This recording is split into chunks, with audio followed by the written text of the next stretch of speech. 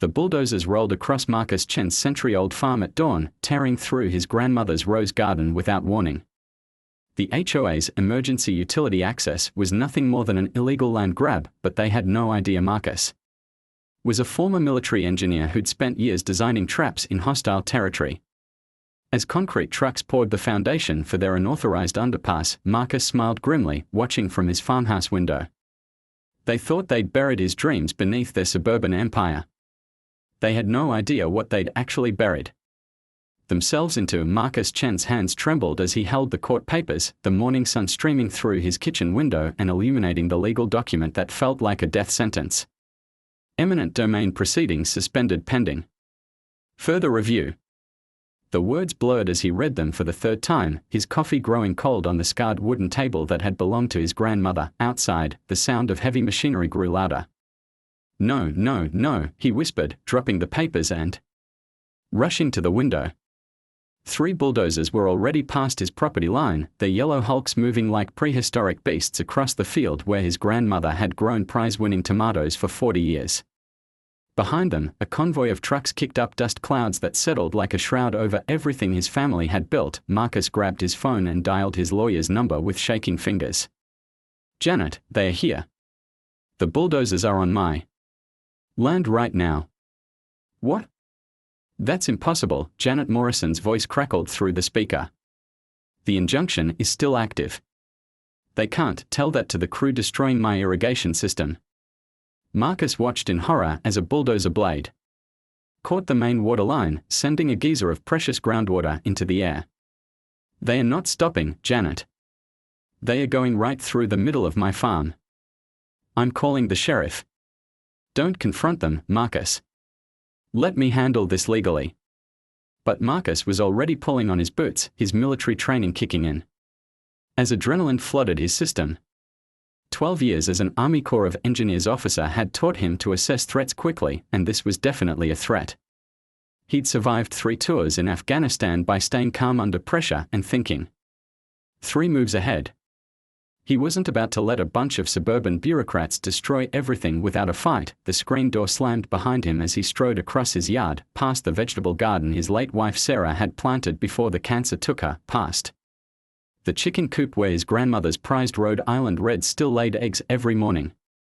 Each step felt like a countdown to war. The lead bulldozer stopped just 20 feet from his grandmother's rose garden, the same roses that had bloomed every spring for 60 years, the same ones his grandfather had planted when he'd bought this land with his savings from working the railroads. The operator, a thick-set man wearing a hard hat and reflective sunglasses, killed the engine and climbed down.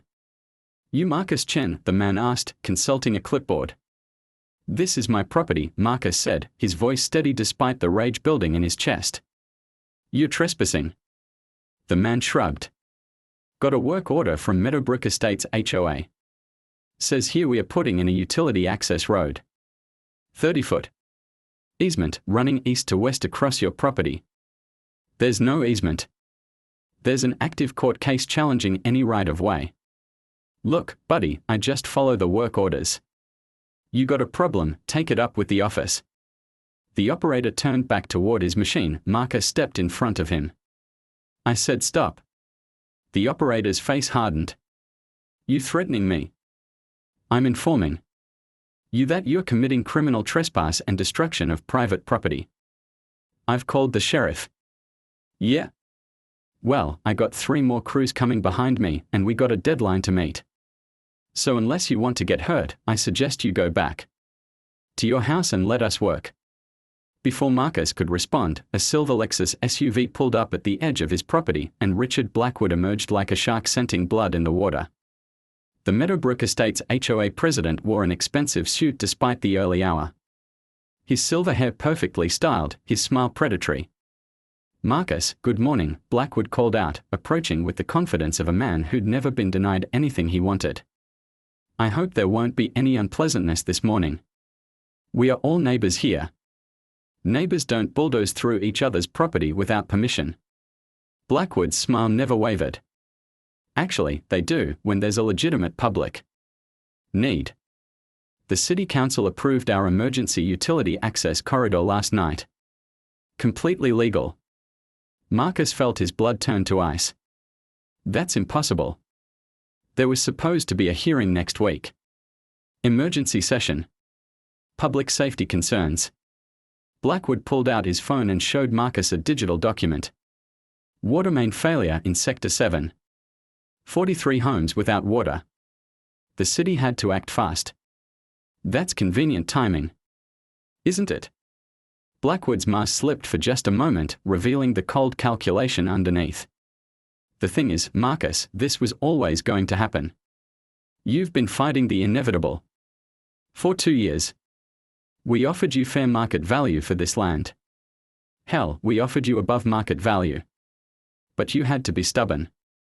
This farm isn't for sale. It is now. Blackwood gestured toward the bulldozers.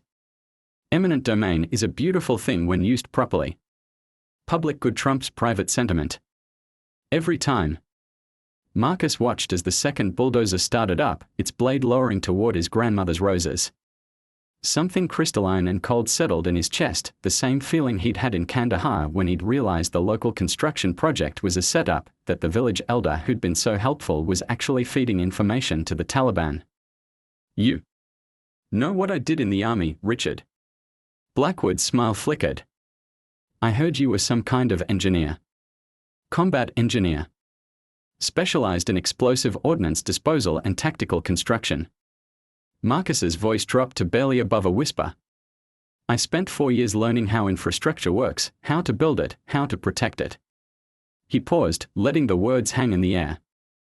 And how to destroy it when necessary. Are you threatening? I'm stating facts. You want to build your little underpass through my land? Fine. But you might want to consider what happens when someone who knows how to build things right decides to build something wrong. Blackwood's face went pale. You can't stop this, Chen. It's already started.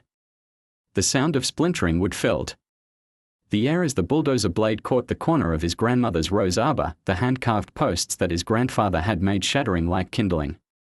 Marcus closed his eyes for a moment, hearing his grandmother's voice from 30 years ago. Sometimes, Marcus, when someone hurts your family, you have to be patient. You have to wait for the right moment to show them what real consequences look like. When he opened his eyes, his expression was calm, almost serene. You're right, Richard. It has started. Marcus turned and walked back toward his house, his stride measured and purposeful. But you have no idea what you've actually started.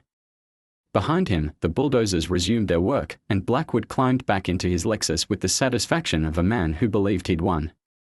None of them noticed Marcus making a phone call as he reached his front porch, or the way he smiled when someone answered on the second ring.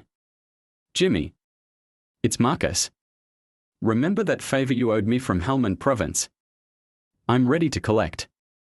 The first bulldozer had just reached the center of his property when Marcus disappeared into his barn, emerging minutes later with a surveyor's transit and a notebook. He set up the instrument with military precision, taking measurements and making calculations while the destruction continued around him. By sunset, the HOA crew had carved a 40-foot swath through his farm, leaving behind churned earth and broken dreams. The temporary road markers were already in place, orange flags fluttering in the evening breeze like tiny surrender flags, but as darkness fell and the construction crews departed, Marcus was still working in his barn, the sound of welding equipment sparking through the night.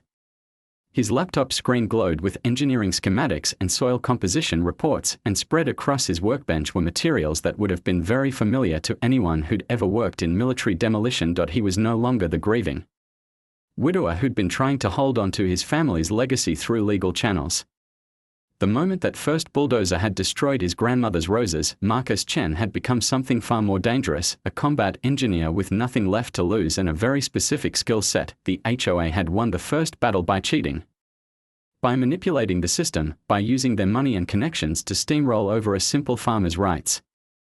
They thought they'd buried his resistance under tons of concrete and bureaucracy. They had no idea they'd actually buried themselves in a trap that was about to spring closed with the inexorable force of engineered justice. Part 2, the ENGINERING. The concrete trucks arrived at dawn, their massive drums rotating slowly as they lined up along the temporary access road that now bisected Marcus's farm like a surgical scar. He watched from his kitchen window, sipping Coffee that tasted like ash. While calculating load-bearing ratios in his head, his phone buzzed. Jimmy Valdez. Package delivered to your P.O. box in town, the gravelly voice said without preamble. That stuff's hard to come by these days, hermano. You sure about this? I'm sure. Marcus closed his eyes, seeing his grandmother's destroyed roses scattered across the churned earth. They made their choice. Just remember what we learned in Kandahar. Sometimes the best trap is the one that looks like an accident. The line went dead, and Marcus pulled on his work clothes. Time to go to town and collect his package, but first he had a performance to deliver. Outside, Richard Blackwood stood near the concrete trucks talking to a man in an expensive hard hat, probably the construction foreman. Marcus approached with the shuffling gait of a defeated man, his shoulders slumped, his eyes hollow. Richard, he called out, his voice cracking slightly. I need to talk to you. Blackwood turned with the smug satisfaction of a predator watching.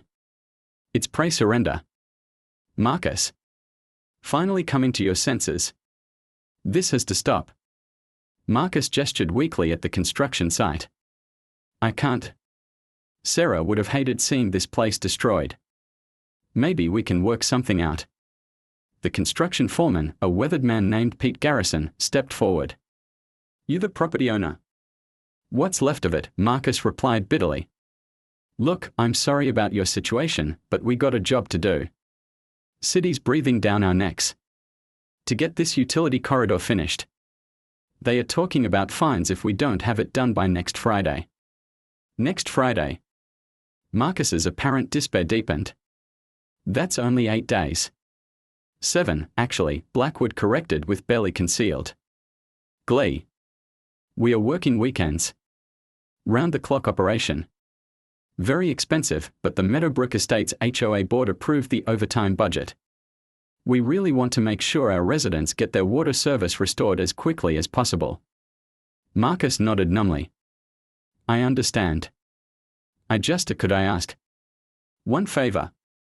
Blackwood's eyebrows rose. Oh? My grandmother's roses. Some of them might be salvageable. Could your crew maybe work around that area for a day or two? Give me time to transplant them. The foreman looked uncomfortable. Sir, we're already behind schedule. And that rose garden is right where the main support pillars need to go. Support pillars? Marcus's voice sharpened with what sounded like panic. This is just a utility access road. Why do you need support pillars? Blackwood and the foreman exchanged glances. Well, Blackwood said slowly, the access road is actually more of an underpass situation. We need to maintain traffic flow on the county road while providing utility access underneath. An underpass? Marcus stared at them. You're building an actual underpass? Under the county road. The engineering specs called for a reinforced tunnel, Garrison explained. 30-foot span, 20-foot clearance. It's a significant infrastructure project. Marcus felt a cold thrill of professional excitement, but his face showed only growing horror. You're digging under the county road. That road carries truck traffic to the grain elevators. Do you have any idea what the soil composition is under there? Of course we do, Blackwood snapped. We are not amateurs. This area has expansive clay subsoil, Marcus continued, his voice rising with apparent panic. The water table fluctuates seasonally. You can't just dig a tunnel without proper geological surveys, without understanding the drainage patterns. We have all the necessary permits and engineering reports, Garrison interrupted. This isn't my first rodeo, Mr. Chen. Marcus ran his hands through his hair, the picture of a man watching a disaster unfold. When does the excavation start? Tomorrow morning. We are pouring foundation supports today, then we dig out the tunnel over the weekend. Have the whole thing framed and poured by Monday. God help us all, Marcus whispered, then seemed to catch himself. I'm sorry, I don't mean to question your expertise. I'm just of this used to be such a quiet place. He shuffled away, looking broken and defeated, while Blackwood smiled with savage satisfaction, but 3 hours later, Marcus was anything but defeated as he signed for a package at the post office in town. Inside the nondescript box were items that would have raised serious questions if anyone had seen them: industrial-grade sensors, wireless transmitters, and several blocks of what looked like modeling clay but definitely wasn't. His next stop was the county records office, where he spent 2 hours researching soil surveys, drainage maps, and the original construction specifications for County Road 47. The elderly clerk, Mrs. Patterson, remembered his grandmother fondly and was happy to help him access the historical documents. "Such a shame what's happening to your place," she said, pulling files from dusty cabinets. "Your grandmother would be spinning in her grave."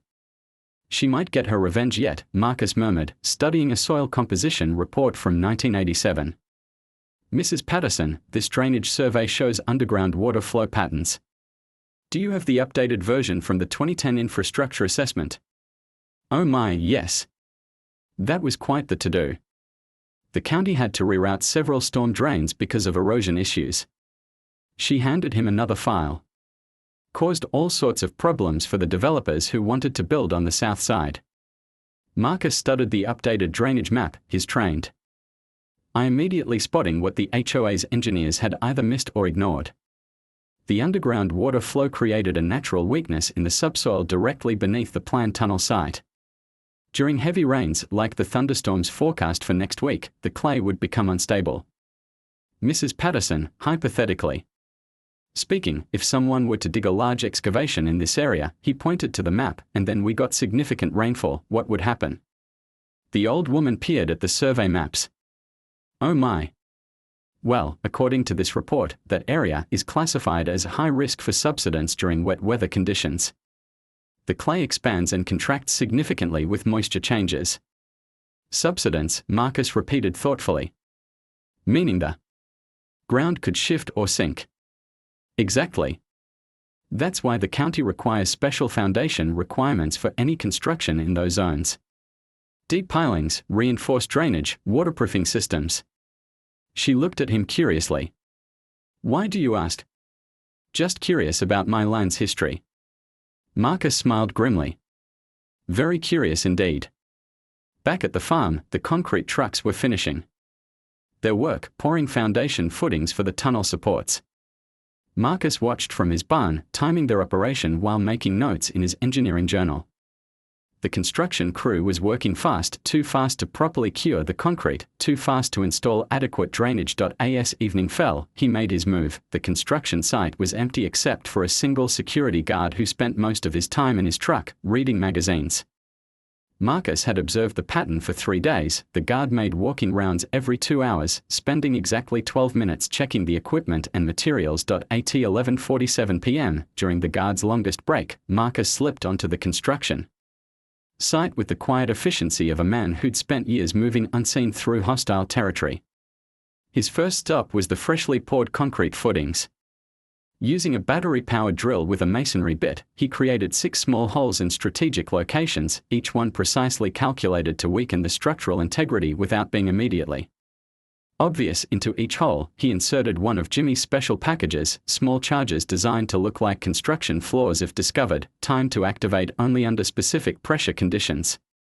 The holes were then sealed with fast-setting concrete that matched the original pour. His next task required more delicate work.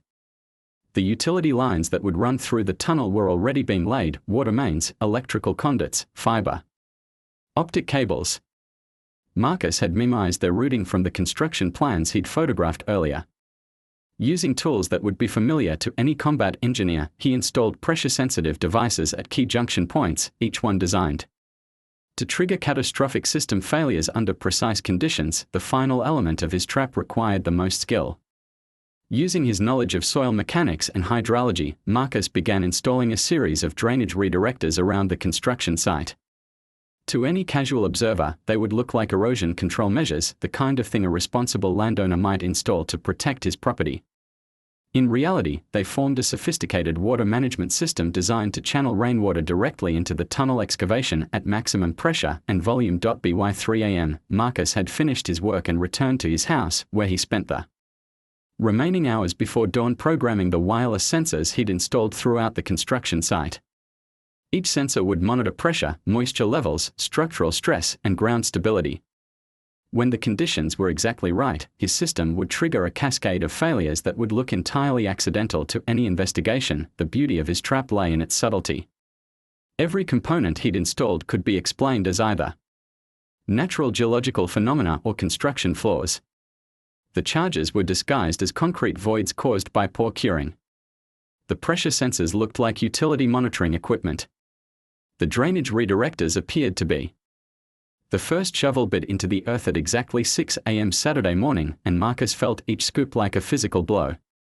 From his kitchen table, laptop open and surveillance feed streaming, he watched his trap take shape with the grim satisfaction of a demolitions expert watching his charges being placed. The excavation crew worked with mechanical precision, their hydraulic shovels carving through the topsoil his great-grandfather had spent decades enriching. Marcus's wireless sensors fed him real-time data, soil moisture content, ground compression ratios, the exact depth of each cut. Everything was being recorded, documented, measured. His phone rang. Janet Morrison, his lawyer. "Marcus, I've got bad news. The judge denied our emergency injunction appeal. Said the city's public safety justification takes precedence over property rights disputes." How convenient. Marcus's fingers moved across his keyboard, adjusting sensor sensitivity levels. "Let me guess, Judge Harrison. How did you know?" His daughter lives in Meadowbrook Estates. Block 7, House 247. The one without water service. Marcus pulled up a property tax database on his second monitor. Amazing how public safety concerns align so perfectly with personal interests. "Marcus, you sound different. Are you okay?" He watched as the largest excavator hit the 15-foot mark, right where his geological surveys predicted the clay subsoil would become unstable. "I'm fine, Janet. Just learning to accept reality." But accepting reality and surrendering to it were two very different things. By noon, the construction site looked like an archaeological dig crossed with a military operation. The main excavation stretched 40 feet across and 20 feet deep, exposing layers of earth that hadn't seen sunlight since the last ice age. Temporary shoring walls held back the loose soil, and diesel pumps worked continuously to remove groundwater seepage. Richard Blackwood arrived for his daily inspection wearing muddy boots and a hard hat that looked like it had never been worn before. He walked the site's perimeter with Pete Garrison, both men pointing and nodding with the self-importance of people who believed they were building something significant. Marcus activated his audio surveillance system, military-grade directional microphones Jimmy had included in the package. "How's the timeline looking?" Blackwood's voice came through crystal clear. "We are actually ahead of schedule," Garrison replied. "Should have the tunnel frame installed by Sunday night, ready for the final concrete pour Monday morning." "Excellent. The HOA board is very pleased." Some of the residents were getting restless about the water service. "Yeah, well, they'll have full service restored by Wednesday. And this tunnel will give you permanent utility access for any future expansions." Marcus's jaw tightened. Future expansions? This wasn't just about water service, it was about infrastructure for the massive development Blackwood had been planning for years. The development that required access through Marcus's land. "What about the weather?" Blackwood asked, looking up at the darkening sky.